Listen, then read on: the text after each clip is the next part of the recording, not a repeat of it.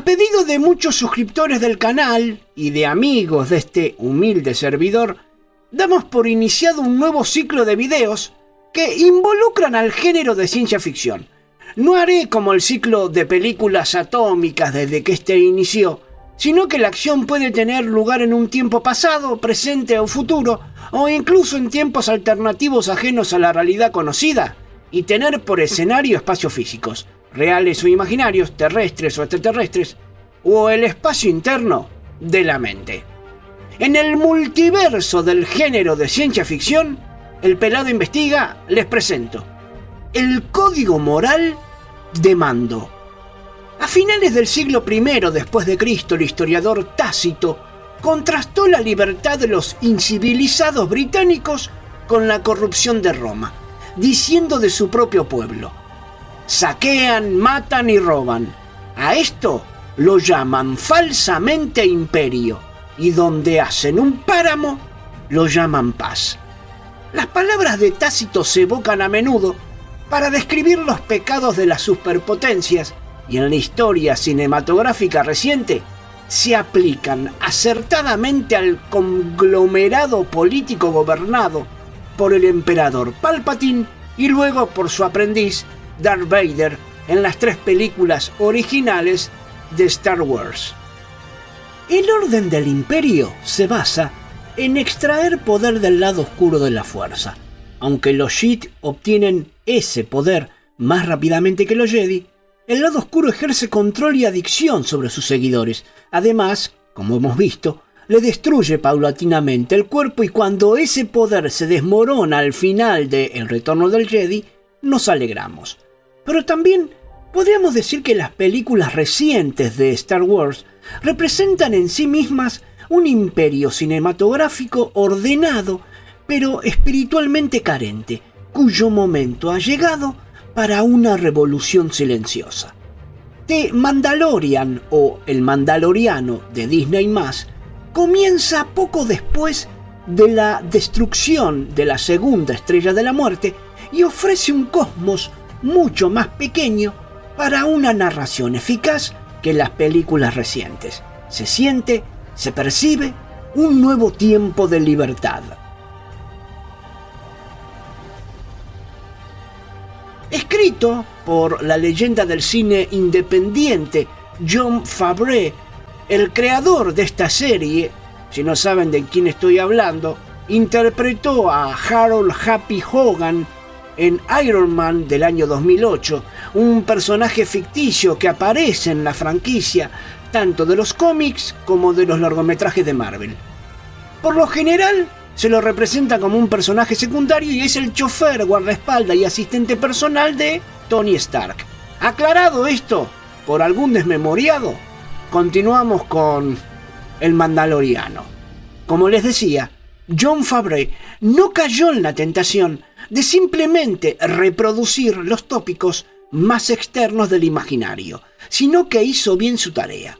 Por una parte, evitó la presión comercial de tratar de complacer a los fanáticos. Por otra, se fue a las fuentes, donde todo se renueva.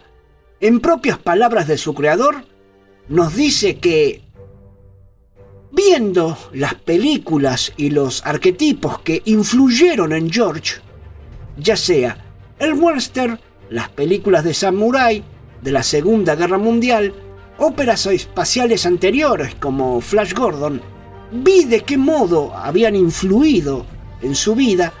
Así me sirvieron como base para crear una historia más pequeña que funcionaría para la escala de la televisión y volvería a lo básico. The Mandalorian es un homenaje a las tradiciones occidental y samurái. Representa al hombre en el centro de las historias. El personaje no tiene nombre, rostro ni pasado.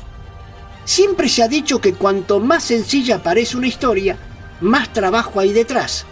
Con The Mandalorian pasa eso. Da la sensación de ser incluso fácil de hacer, pero bajo la simpleza que desprende, existen una serie de mecanismos en el guión que merecen la pena analizar.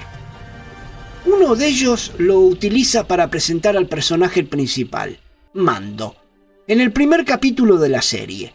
Estoy hablando de un recurso bastante común conocido como personaje incidental. ¿Qué es esto?, te preguntarás vos que estás viendo este video. Los personajes incidentales o episódicos son aquellos personajes que no tienen una presencia permanente en los hechos. Su participación es un recurso para ordenar, exponer, relacionar y también retardar el desarrollo de los acontecimientos. En una galaxia salvaje que se está reinventando a cada segundo luego de la opresión del Imperio, aparece Mando, un cazarrecompensas blindado con un corazón de oro y unos valores intachables. The Mandalorian, por su narrativa y fotografía, nos recuerda a esas icónicas series de televisión de aventuras episódicas de la vieja escuela, como Revolver a la Orden, Kung Fu y El Increíble Hulk, entre otras.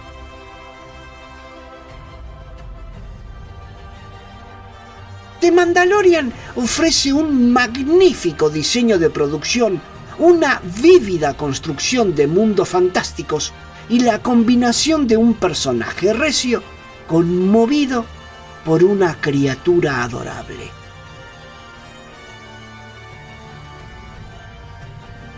En los papeles secundarios descubrimos importantes personalidades haciendo memorables cameos. El cineasta alemán Werner Herzog, recordemos Nosferatu el vampiro, Aguirre, la ira de Dios, en un consistente papel de villano que lo conocemos solo como el cliente. Nos encontramos con Carl Weathers, aquellos que tienen un poco de memoria, Apollo Creed de la saga de Rocky de Sylvester Stallone, como el poco confiable y corrupto líder de los cazarrecompensas. Por ese mismo camino, en la versión original, en su idioma inglés, se reconoce la voz de Nick Nolte. Su nombre es Quill, y su icónica frase es: no se hable más. El personaje central, Mando, vive según un código de honor que le prohíbe quitarse el casco y está sujeto tanto al celibato como a la pobreza. El botín de su casa de recompensas se destina a añadir piezas a su armadura de acero forjada con Beskar, que además de su extraordinaria resistencia, le proporciona una serie de características complementarias. Por último, las ganancias sobrantes se destinan a los niños huérfanos, o como ellos lo llaman, los expósitos. Con el tiempo, nos enteramos de que él fue un expósito adoptado en una nueva comunidad y en un nuevo planeta. Interpretado por el actor chileno-norteamericano Pedro Pascal, notamos un cambio significativo donde vemos cómo desarrolla una conciencia moral y se embarca en una aventura que cambiará su vida y a la de muchos personajes del universo de Star Wars. Este se produce en su encuentro con Niño, una adorable criatura de 50 años a la que los fanáticos del programa comúnmente se refieren como el Baby Yoda. Las diversas aventuras de Mando siempre conectan con una vocación ineludible de proteger a esta joven vida vulnerable pero poderosa. El gran arco dramático de esta serie ha consistido en la misión autoimpuesta por Mando de salvar, de proteger, como él lo denomina, a Niño, de las fuerzas oscuras provenientes de los restos decadentes del Imperio Galáctico que le persiguen y luego encontrarle un lugar seguro. Para cumplir ese propósito ha tenido que recorrer un camino de dificultades donde éstas alimentan la narrativa de cada capítulo. Nos aprendemos el nombre de nacimiento de Mando, que este apodo se lo puso su amigo, que ya lo habíamos mencionado, justamente interpretado por Carl Weathers, que es el líder de los cazarrecompensas. Din Djarin es su nombre, y vemos brevemente su rostro, pero nunca traiciona su código. A medida que avanzan los episodios, hace cada vez mayores sacrificios por quienes lo rodean. Finalmente, nos enteramos de que sus padres murieron para protegerle, y él descubre que está dispuesto a hacer lo mismo por los demás. En ese camino de transformación y evolución constante del personaje, nos encontramos con esa búsqueda de redención después de haberse quitado el casco, contraviniendo el credo al final del episodio 16, el rescate de la segunda temporada.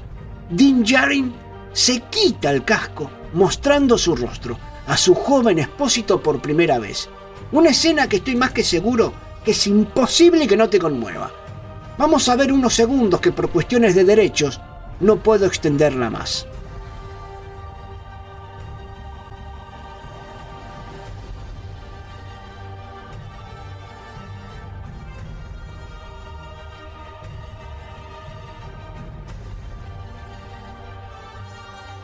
Hay muchas referencias al inicio del bautismo cristiano, una en el episodio 17, el apóstata, en la temporada 3, donde en un planeta desértico la armera está por dar comienzo a una ceremonia de iniciación mandaloriana en la orilla de un río. Un joven llamado Ragnar jura el credo antes de ponerse el casco. Pero antes de que puedan completarla, una criatura similar a un cocodrilo ataca al refugio, interrumpiendo el rito. En ese mismo episodio, más adelante, Djarin visita a la armera en su cueva y le pregunta cómo puede redimirse. Ella le dice que ya no es un mandaloriano porque se quitó el casco voluntariamente. Este le recuerda que el credo habla de redención. La armera cree que no puede ser redimido, ya que piensa que las minas y las aguas vivas fueron destruidas durante la gran purga de Mandalor. Djarin busca redimirse, viajando al planeta para demostrar que las minas y las aguas vivas existen. En el episodio 18, las minas de Mandalor, la escena final de este capítulo, nos muestran una gran piscina de agua a la que se accede por unas amplias escaleras de piedra. Allí, Mando se quita la mochila propulsora y las armas, clara simbología del despojo de las cosas de tu vida anterior para iniciar una nueva. Se sumerge en la piscina recitando las palabras rituales. Recordemos el momento. Juro por mi nombre y el nombre de los ancestros que seguiré el camino de Mandalor. Y las palabras del credo quedarán forjadas en mi corazón. En un páramo post-imperial hay muchos peligros, pero muchas esperanzas. El elemento místico encarnado por la criatura parecida a Yoda no se nombra ni se comprende. Hay un reconocimiento del poder más allá de la fuerza bruta, pero los personajes de The Mandalorian simplemente tienen que seguir con su vida. En el personaje de Mando, o Din Djarin, observamos similitudes con figuras bíblicas. ¿Por qué digo esto? Paciencia y lo van a ver. Din Djarin, al principio, lleva la vida de un cazarrecompensas, pero luego cambia significativamente por la presencia de Grogu en su vida. Se vuelve más compasivo y misericordioso, y vemos cómo su corazón se va suavizando a medida que interactúa con el expósito, y así comienza a conectar con él. Si hilamos fino, vemos una gran similitud con José de Nazaret, que según la tradición bíblica fue el esposo de María, la madre de Jesús, y por tanto su padre putativo. The Mandalorian ha logrado despertar en los espectadores la conciencia de la fuerza y el significado detrás de la vulnerabilidad real de la paternidad espiritual. Esta es parte fundamental de la vocación del hombre a revelarnos, de alguna manera, a la paternidad de Dios. A lo largo de la serie, Din Djarin crece lentamente hacia esa paternidad espiritual. Si bien puede que no lo viva perfectamente, lo vemos comenzar a reflejar la paternidad de José de Nazaret Si bien este no tuvo ningún papel biológico que desempeñar sobre el pequeño, Dios le confió el deber sagrado de ponerle nombre al niño. En cambio, Din Djarin no le llama por un nombre al pequeño Expósito porque lo desconoce, solo le llama niño. Será recién en el episodio 13 de la segunda temporada, la Jedi, que lo descubre gracias a Ahsoka Tano, cuando se da cuenta de que hablar llama la atención del niño y comienza a llamarlo por su nombre, Grogu. En una escena particularmente conmovedora al inicio del episodio 14 de la segunda temporada, La Tragedia, ambos están solos en la nave espacial Razor Crest, y Din Djarin comienza a decir ¿Grogu? Una y otra vez, riéndose cada vez que el pequeño mira hacia arriba con una respuesta entusiasta.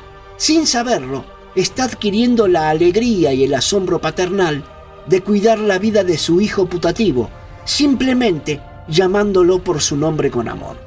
En muchos sentidos, los fans y otras personas han encontrado que la evolución de Din Djarin transforma su narrativa en una serie provida, ya que destaca la lucha por proteger a un bebé y en la que está dispuesto a hacer todo lo posible para protegerlo, incluso dar su vida. Din Djarin se vuelve un protector de la vida, al igual que hizo José, que entregó todo lo que tenía para proteger y ser esa figura paterna para el pequeño niño Jesús. En esta especie de conversión, a partir de la cual comienza a involucrarse para trabajar con la rebelión, luchando contra las fuerzas opresoras remanentes del imperio, adquiere un fuerte sentido de compromiso con su tribu, con su comunidad, manteniéndose fiel al credo de los mandalorianos, como cualquier persona creyente, sea del credo que sea. The Mandalorian no es una serie perfecta y no fue creado por escritores creyentes. Sin embargo, sorprende la cantidad de lecciones cristianas que se pueden encontrar, como proteger la vida inocente y descubrir cómo los niños pueden impactarnos de forma positiva en nuestras vidas. The Mandalorian nos habla directa y profundamente al alma. The Mandalorian es un retrato del crecimiento, de la entrega, del autosacrificio, de comunidad, de compromiso y fidelidad, en contraposición con la sociedad actual, fragmentada, dividida, egocéntrica y autista.